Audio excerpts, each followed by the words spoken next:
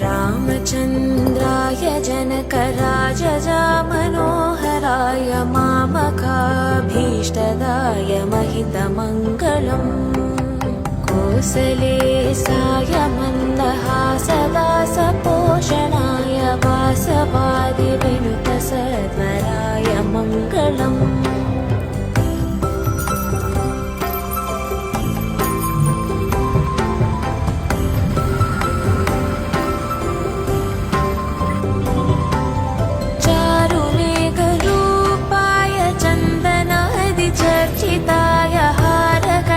शोभिताय भूरिमङ्गलम्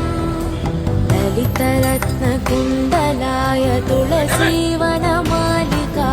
जलजसदृशदेहाय